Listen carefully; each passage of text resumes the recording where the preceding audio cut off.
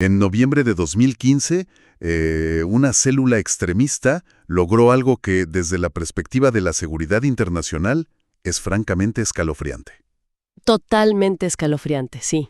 Este grupo de individuos cruzó desde Siria, atravesó la frontera con Turquía y luego se infiltró por Europa del Este, camuflándose entre los enormes flujos migratorios de la época. Y pasaron totalmente desapercibidos. Exacto. Se instalaron clandestinamente en Bélgica durante meses y finalmente ejecutaron un ataque masivo y coordinado en las calles de París. O sea, atravesaron 4 fronteras internacionales soberanas. Evadiendo por completo múltiples sistemas de seguridad. Todos los radares de inteligencia del continente fallaron. Y lo hicieron aprovechando precisamente las fisuras de un sistema global que, digamos, en teoría, está diseñado para detectar ese tipo exacto de movimientos. Claro. Ese nivel de coordinación transfronteriza expone la vulnerabilidad más crítica de la arquitectura de seguridad moderna. Fíjate que nos demuestra que si la información de inteligencia, o sea, los datos de aduanas y las alertas policiales, no viajan más rápido que la amenaza física. Las fronteras físicas no sirven de nada. Exacto.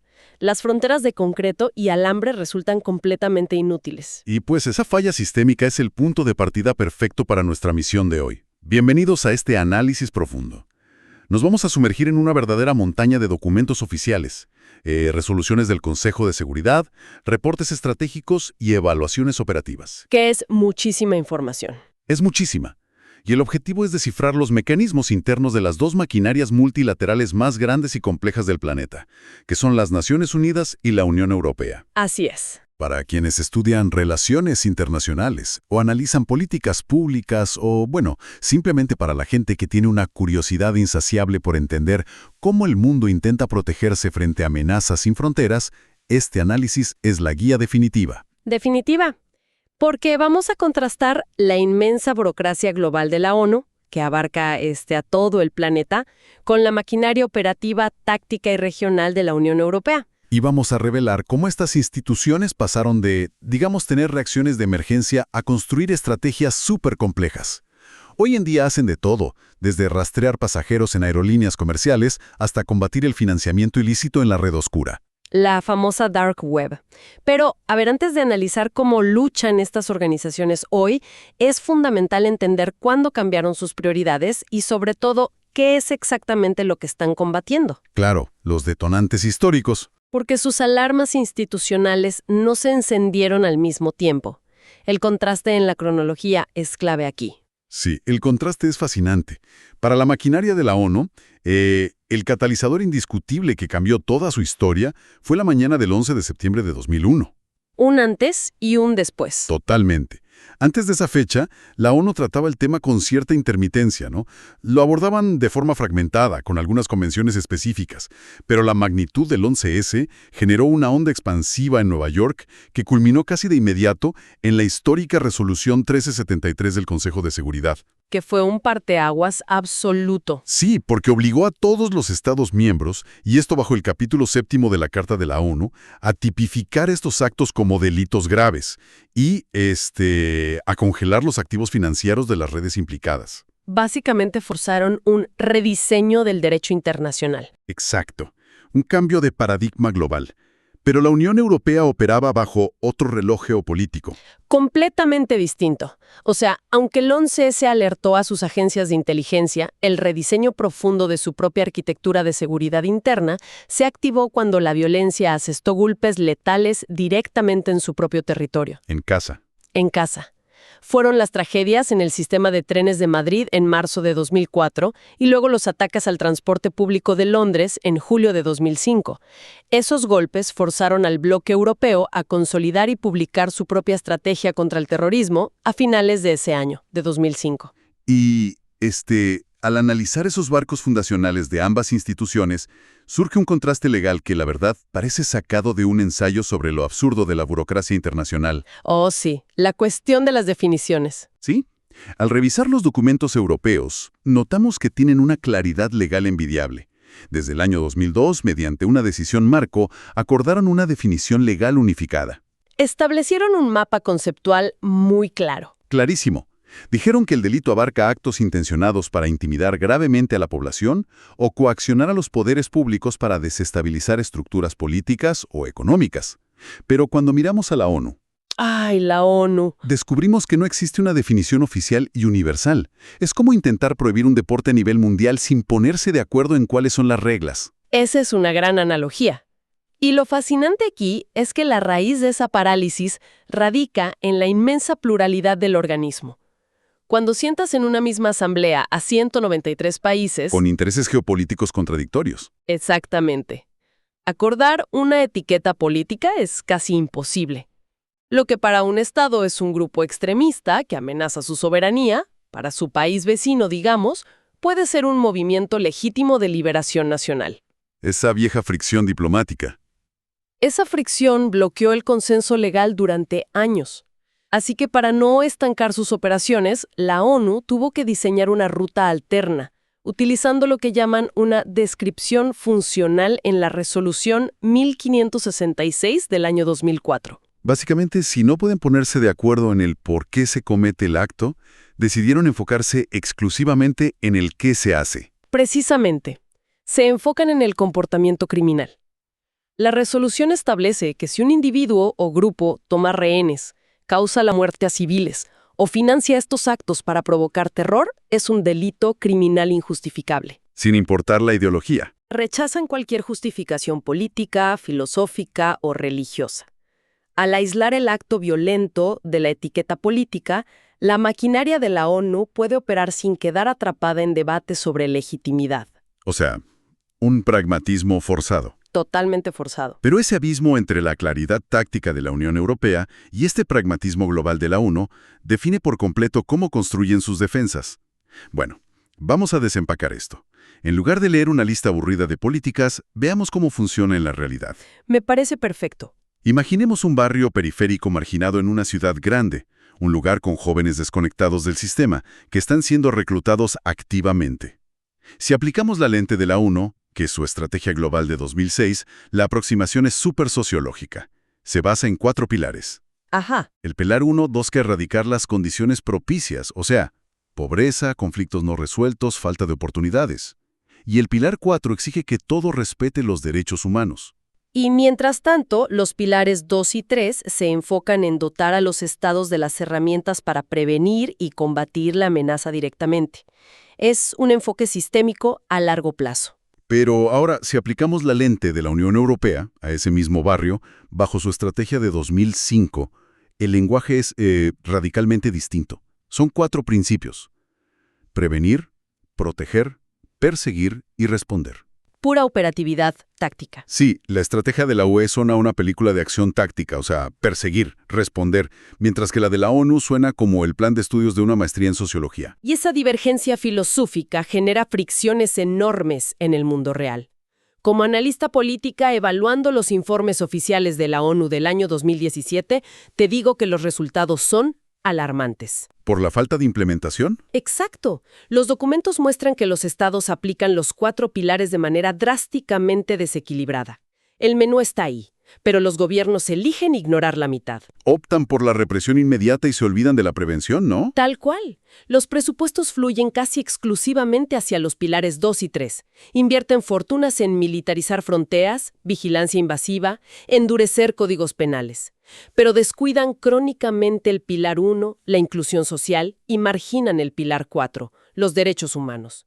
Y eso tiene que generar un efecto contraproducente. Si haces redadas masivas en ese barrio periférico y pisoteas las garantías legales de los jóvenes, no estás resolviendo nada. Estás fabricando el resentimiento que facilita futuras oleadas de radicalización. Están alimentando el incendio que intentan apagar. Así es. Y ese desequilibrio se vuelve inmanejable cuando sumamos un factor clave. El campo de batalla se trasladó a las pantallas, las amenazas emergentes y el mundo digital. Ahí es donde las instituciones realmente empezaron a quedarse atrás. El perfil de la amenaza mutó rapidísimo.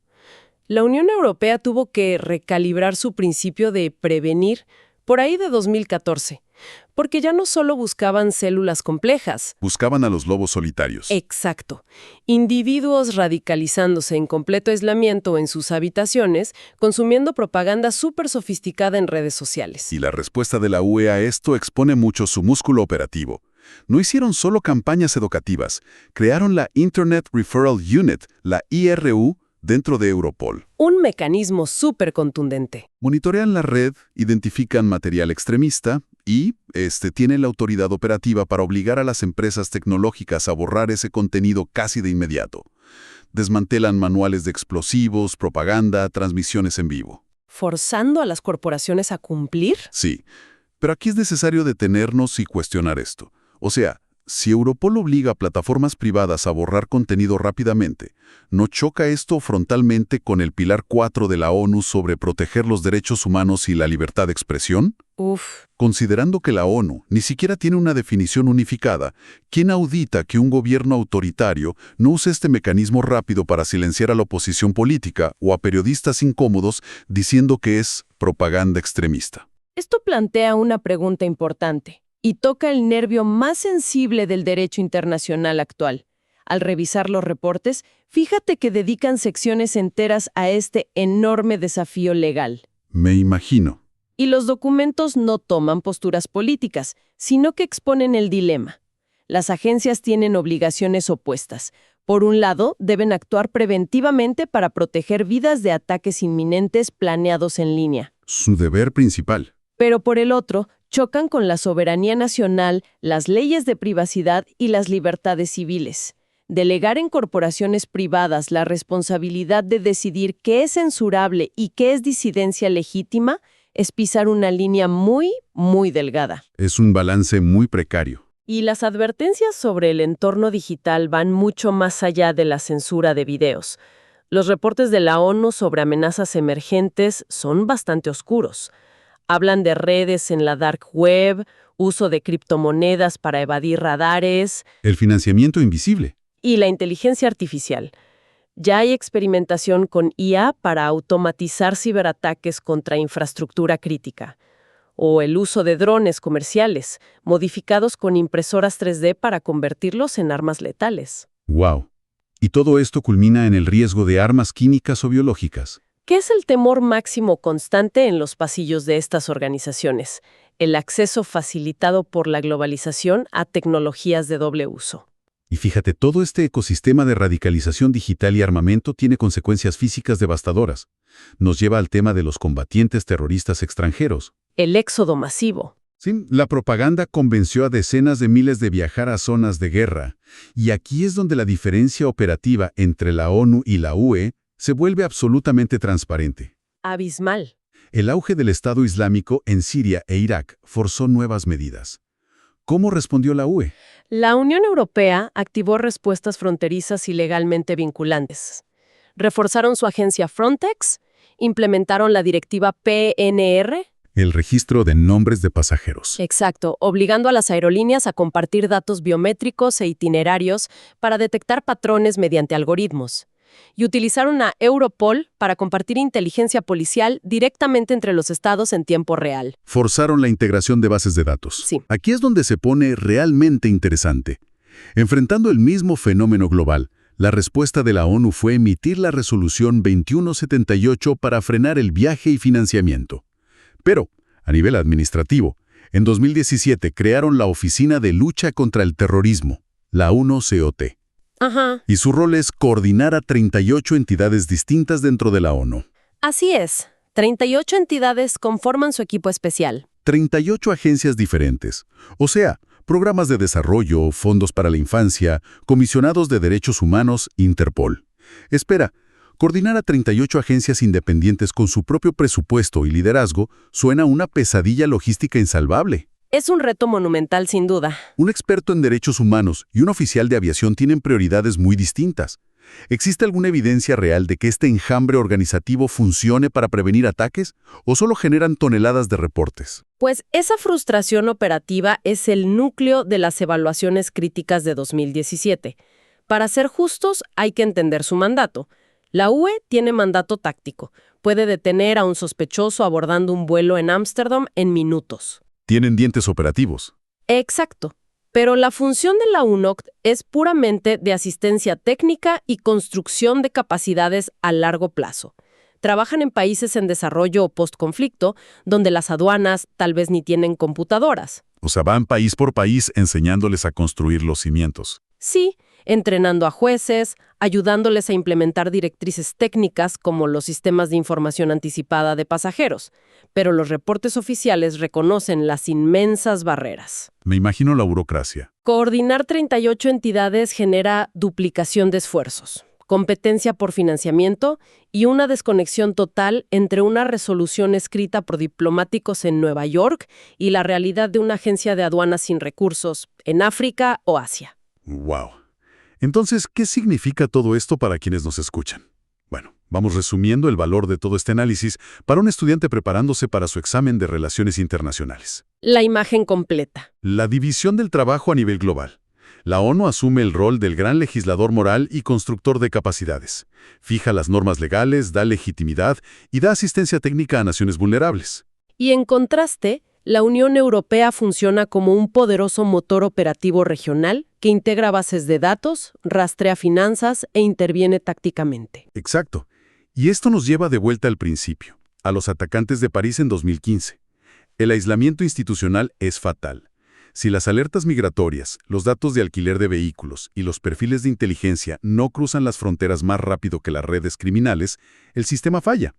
La cooperación multilateral, incluso con todo su agobiante peso burocrático, es la única red de contención frente a adversarios hiperconectados. Las autoridades locales dependen totalmente de bases de datos compartidas internacionalmente. Es una carrera armamentista entre la rigidez burocrática internacional y la agilidad de la descentralización criminal. Sin duda. Y para cerrar, queremos dejar a la audiencia con un pensamiento provocador. Adelante. Hemos visto que estas maquinarias colosales les toma años, a veces décadas, negociar marcos legales o alinear a 38 organismos diferentes. Si eso es así, ¿cómo podrán adaptarse en el futuro cercano? Esa es la gran pregunta. Nos adentramos en una era de actores extremistas no estatales, sin jerarquías tradicionales, descentralizados y que pronto estarán potenciados por sistemas de inteligencia artificial que mutan a la velocidad de la luz. ¿Tendrá una burocracia diseñada a principios de siglo la flexibilidad para frenar estas nuevas amenazas? El verdadero desafío del mañana. Así es. A quienes nos escuchan, la próxima vez que atraviesen un control migratorio o vean que un contenido fue eliminado de sus redes, recuerden los hilos invisibles de esta compleja maquinaria operando en silencio. Sigan cuestionando el flujo de la información global. Muchas gracias por acompañarnos en este análisis profundo.